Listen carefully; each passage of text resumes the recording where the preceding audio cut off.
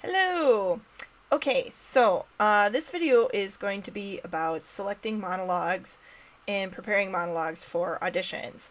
Um, the reason I'm putting this video together is because I was supposed to have a workshop for my students to prepare them for an audition that is coming up really soon for our spring musical. And unfortunately, we had to cancel that workshop because, well, we live in Minnesota and bad weather. So I am going to put together this video and I will post it, and other people can share it if they want, or just my students can watch it. That's cool too. Don't really care, but I'm putting it together anyway. Now, a lot of the information that I'm going to be sharing is kind of from my own personal experience and things that I have been taught. I know other people out there will have other advice and will have probably a difference of opinion in some of this stuff. So please do not take everything I say as written in stone or as gold, because that is probably not the case. All right, first of all, before starting, I want to talk about what exactly directors are looking for at an audition. I'm not a hugely professional director, but I have directed my fair share of performances, and I can tell you what I specifically look for. Okay, so when it comes to auditions, I am not necessarily looking for the person who is the right fit for a certain character. I'm not looking for that perfect Belle or that perfect Hamlet or somebody who's going to fit exactly what my expectation is for that actor, which I think is what a lot of, especially inexperienced actors, expect. They expect to come into an audition and saying, well, I have to be the best Dorothy that I can be because I need to prove to the director that I can play this part better than anybody else. If this were some big mass professional audition for some major motion picture, then yeah, probably. But the fact of the matter is I think most of you are auditioning for either high school theater or community theater, and that is not the case. Me as a director, I ask myself one simple question: do I want to work with this person? That's it. That's the question I ask. Do I want to work with this person? Can I work with this person? So I'm not necessarily looking for the best Dorothy or the best Belle or whatever. I'm looking for somebody that I know I'm going to be able to work with as a director. So having said that, the sort of things that I look for are confidence. You got to get up there. You got to show me that you are confident on stage, that you are comfortable on stage. I'm looking for, I wrote them down here, confidence. I'm looking for the basics, acting basics. Do you understand the basics of stage presence? You can tell when somebody has been on stage before, or if they have a natural inclination towards it, because they have a certain way that they hold themselves. They know where their audience is and they're presenting themselves to that audience. They are loud and clear. So you're good at projection and articulation. I can hear you and I can understand you. And then, of course, there's a certain amount of professionalism that I look for as well. I have heard this multiple times, and I'm sure you will hear this over and over and over again. Your audition doesn't start the moment you step on the stage. Your audition starts the moment you walk in the door. Everybody is watching you. Not just the director, but the stage manager and the crew and the designers and all the other directors as well. Everybody is watching you, and how you conduct yourself the moment you walk in that door says a lot about who you are as a person and how you are professionally. If you come in and you are acting like you are, the best person around, and, like a prima donna, I'm not going to want to work with you. If you're treating the stage manager or the volunteers who are helping out like dirt, I'm not going to want to work with you. If you are showing that you don't care about other people, that this isn't a team effort, that you're only in it for yourself, then I really don't want to work with you. So professionalism goes a long way. So confidence, basic acting ability, like stage presence, projection, articulation, and professionalism. I'm going to add another one to that, which is the ability, I don't know how to really explain this, but the ability to kind of put yourself out there and not being afraid to kind of look stupid and look ridiculous, which for specifically my students and teenagers out there, I know is a very difficult thing to really just kind of let yourself go on stage. I look for that sort of thing too. So those are the things I look for. I am not necessarily looking for, can you play this part? I am looking for, do I want to work with you? I can usually tell within 30 seconds of somebody stepping on stage whether or not they're going to be a workable actor. Keep that in mind. 30 seconds. So for me, auditions, I make a choice right off the bat. And if you're doing a 2-minute scene, then I'm usually sitting there for a minute and a half going, I've already made my decision. And I know that a lot of directors do that too. This is where that joke comes from that you see in the movies where the actor comes on stage and barely says 2 words and you hear the director go, okay, thank you, next. Because they can tell right away the moment you show up, whether you're good or not. So there is some truth to that. Keep that in mind. Yeah, I actually have a super secret system. It's not so super secret that I use as a director. And now that I'm going to tell you, you're all going to be watching me do this. I give a numbering system to actors when they come up on to audition. It's a 1, 2, or 3. Because like I said, I ask myself one question. Do I want to work with this actor? A 3 is a definite yes. Yeah, I want to work with this actor. Yeah, I think I can work with this actor. A 1 is no, absolutely not. I don't want to work with them, or I don't think I can work with them. And a 2 is a maybe.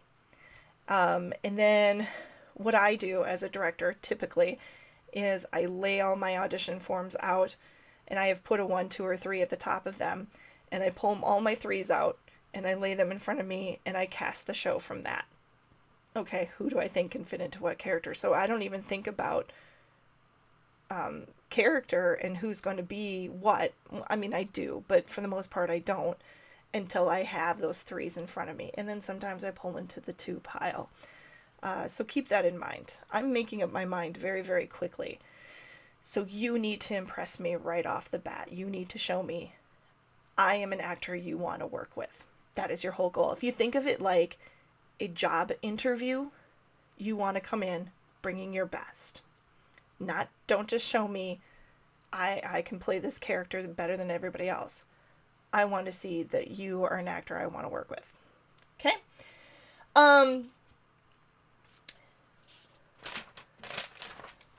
going to go through some of my tips for selecting good monologues for your audition. Again, these are based on my own personal experiences. These are based on things that other people have taught me.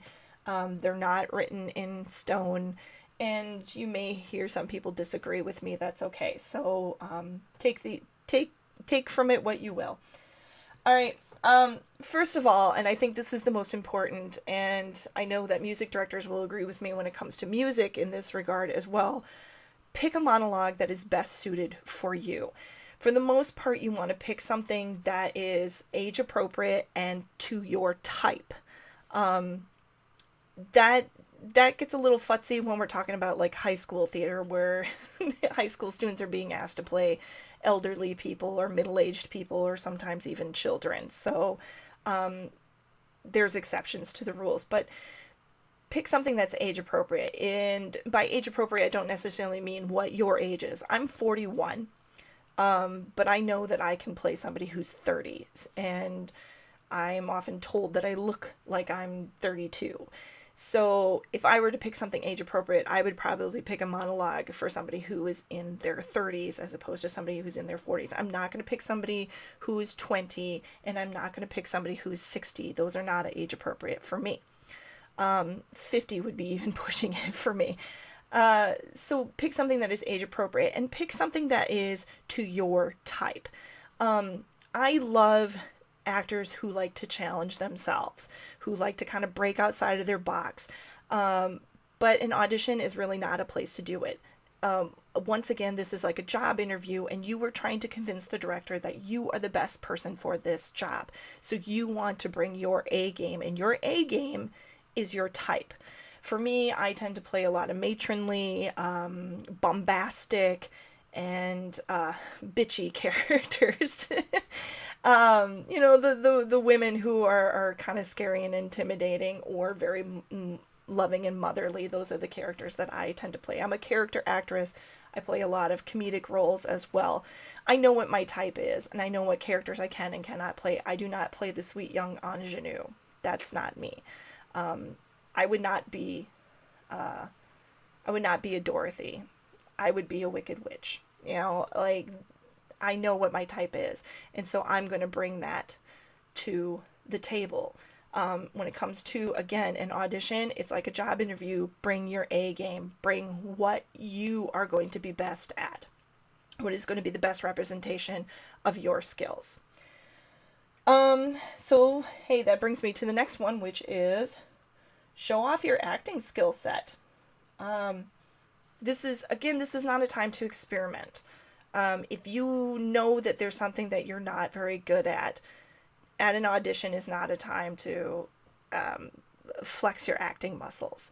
So I've never really done a sad crying scene before. Don't bring that to an audition. Save that for a project. Because you want, again, pick something that is of your strongest skill set. So an audition is not a time to experiment.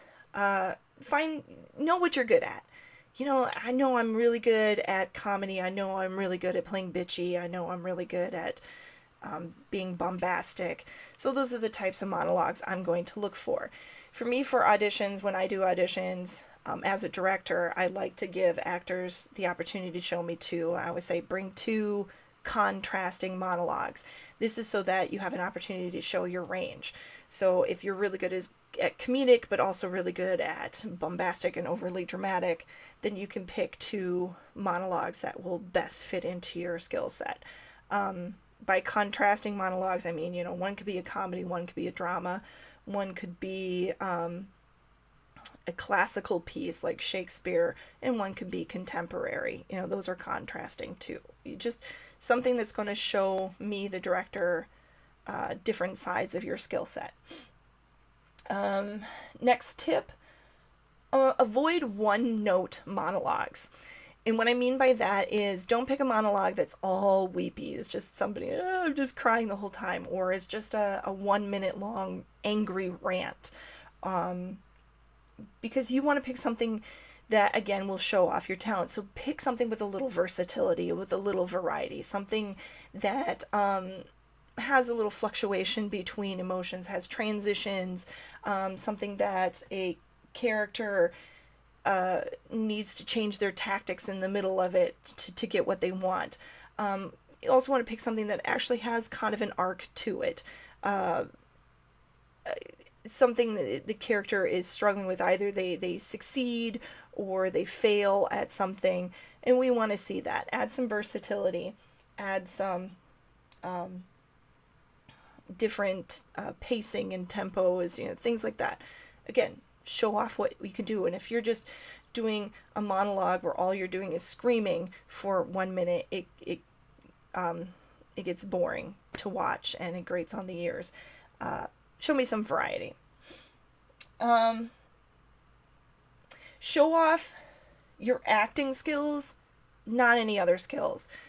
Some people are really good physical actors, for example, but an audition is not a time to show me physically what you can do. It's a time to show me what you can do as an actor, your acting skills. It doesn't mean that your monologue can't be active. In fact, that's one of the tips on here, and I'll talk about that in a minute.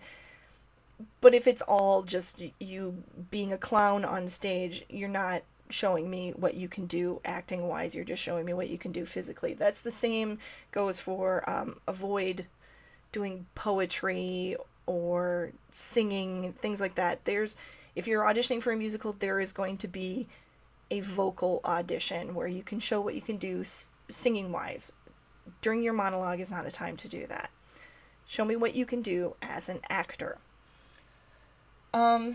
Avoid dialects unless the show is something that specifically calls for it. If you're doing, Pride and Prejudice and it's all, obviously British, then, then bring your British dialect. But otherwise, just avoid it. I don't want to hear accents. I don't want to hear that you can do accents unless it's something that's specific for the play. Avoid shocking material. I say this mostly because, I'm making this video for a bunch of high schoolers. Don't bring me something that's going to have a lot of sex violence and bad language in it. Not because I'm a prude, but again, this is like a job interview, and if you are giving me something that's really kind of edgy and extreme, it's not going to make me want to work with you. Be professional. So pick something that is PG, right? Avoid picking anything from the show that you're auditioning for. A lot of people will say this, and again, music directors will tell you that too when it comes to picking solo pieces for your singing. Avoid something from the show. It's not... I remember hearing this as a kid and thinking, oh, it's because the director doesn't want to hear A Whole New World over and over and over again, because they're doing Little Mermaid. That's not right. A Whole New World is Aladdin, isn't it? So forget I said that. But you know what I'm saying. They don't want to hear the same songs over and over again. That's not it at all. Why this is advised to not pick something from the show is because you are coming in then into an audition with a preconceived idea of what this character is supposed to be like. And you run the risk then of that preconceived idea that you have not lining up with the preconceived idea of what the director has. You never know when a director is looking for something completely different. And so you don't want to come in and say, well, I know how Dorothy is supposed to be, and this is how Dorothy is supposed to be, but the director has a completely different idea. So you don't want that clash getting in there. So that's why it is often advised not to pick something from the show. So don't pick something from the show. Avoid self-written stuff. Don't write your own monologue, and also avoid stuff that is a standalone piece. There's a lot of monologues out there. If you go online, you will find these standalone pieces that are not from shows at all. They're just something that somebody wrote for an audition. Avoid that stuff. Pick something from an actual show. From a show. Pick something from a show. Because oftentimes they have a lot more depth and subtext and context to them. So pick something from a show. Don't pick something that isn't from a show, that it was just written for a 1 minute piece. Not that those 1 minute or 2 minute standalone pieces aren't worth anything. Sometimes they are. I would just avoid them. And please don't write your own. Just don't. Now is not the time to show off your writing skills. Now is the time to prove to me that you're a good actor. I don't care if you're a good writer. To tag along with that, I'm saying pick something from a show. Make sure it's something that you are familiar with. This happens a lot, especially with amateur actors. They'll find something online. Oh, this is a monologue from Our Town, but they have never seen or read Our Town. Make sure if you're going to pick something from Our Town that you take a couple hours to actually read the full play so you understand the context of that monologue. I see it happen all the time. People pick monologues from shows, and the way they deliver them, I can tell you've never actually seen this show and you don't understand what's happening in this scene. The more you understand about what is happening in that moment, the more you're going to have to work with as an actor. So pick something from a show or a movie that you have actually seen or read.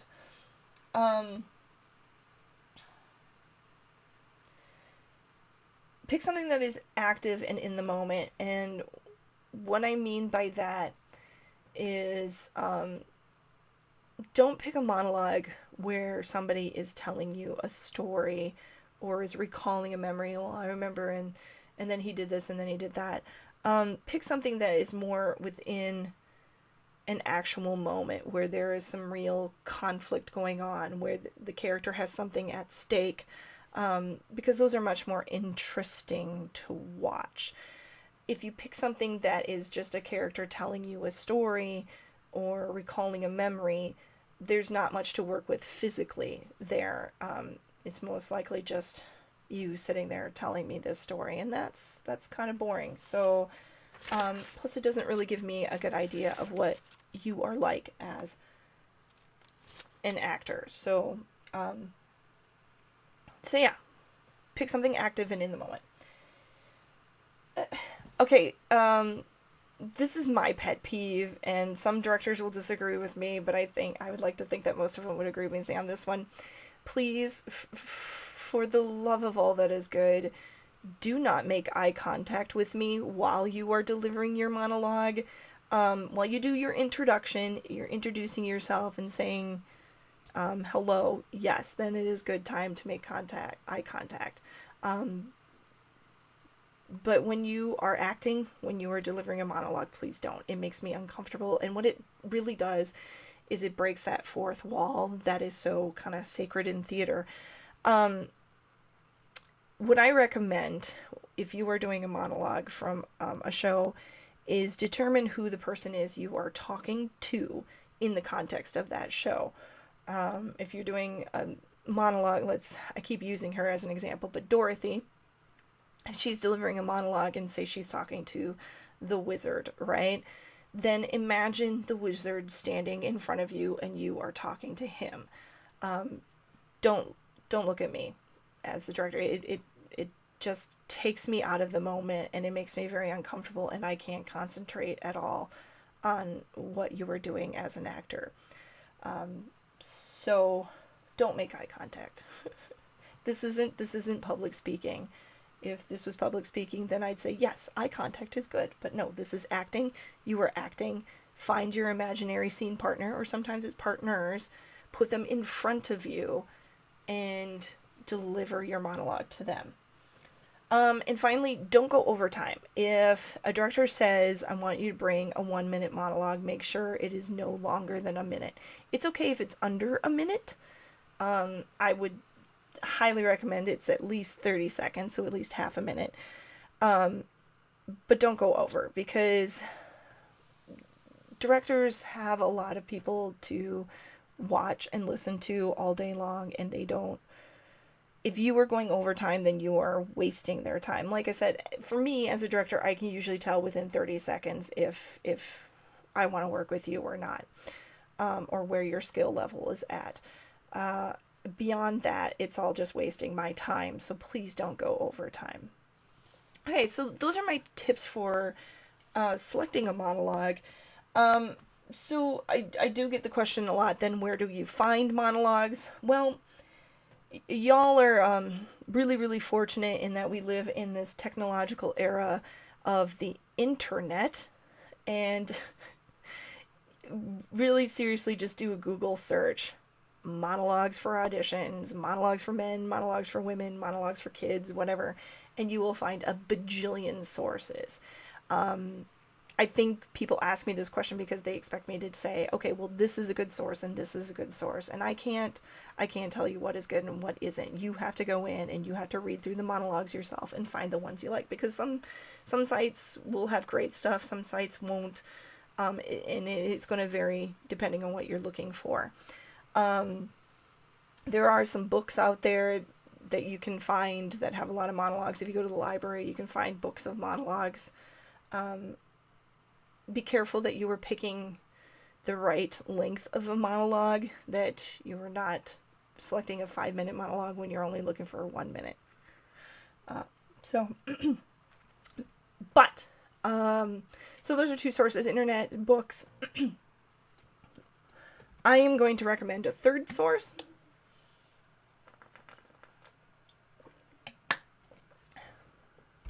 I'm going to recommend a third source for finding a monologue, which I think is the best source of them all, but it is also the most time consuming, and that is watch some plays. Watch plays, read plays, and even, watch movies. Sometimes you can find some really good monologues from some films as well, but that really is the best source. I never pick a monologue from something I haven't seen.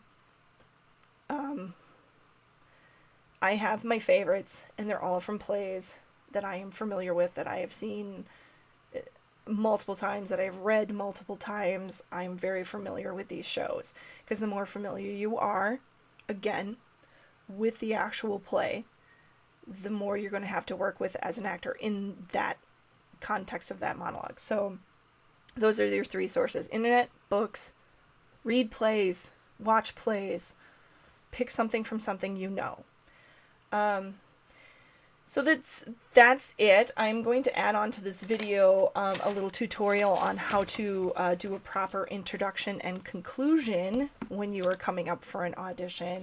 But that's something I'm going to have to record separately. So I will tag that onto this video as well. But if you have any questions, feel free to post something in the comments, and I will try to reply to you. Otherwise,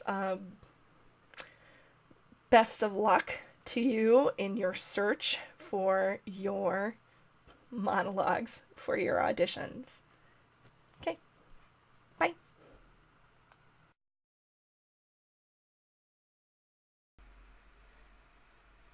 Okay, I'm going to show you how to do a proper introduction and how to do a proper conclusion in an audition. Hopefully you can hear me just fine. I know this is the most flattering of angles I have going on here, but you'll get the idea. When you come up, again, professionalism is key. So when you come up, you stand ready and you wait patiently for the director or directors, whoever's sitting there, to let you know when you can begin. Then you want to give your name, let them know what you're going to perform. That's it. So if I were to come up and do my monologue, stand, wait patiently until I'm given the go-ahead, and then I say, "Hi, my name is Denise Remping, and I will be performing a monologue from Rosencrantz and Guildenstern Are Dead, and a monologue from Macbeth." Something along those lines. So you just state what you're doing, and then you go into the monologue.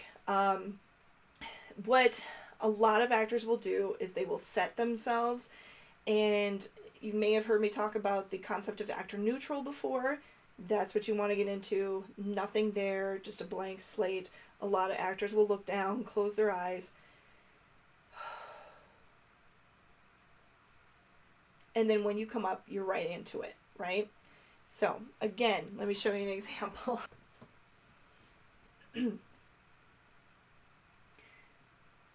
Hi, my name is Denise Remping, and I will be performing a monologue from Rosencrantz and Guildenstern Are Dead.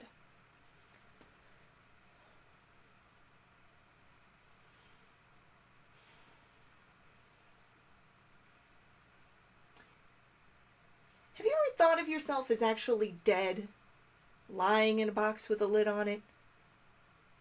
Silly to be depressed by. I mean, one thinks of it like being alive in a box. One keeps forgetting to take into account the fact that one is dead, which should make all the difference. Shouldn't it? So you just go right into the monologue. When you are finished, then, all you have to do is drop back into that neutral, say thank you. You could even give a little bow if you want, and then you walk off. That's it.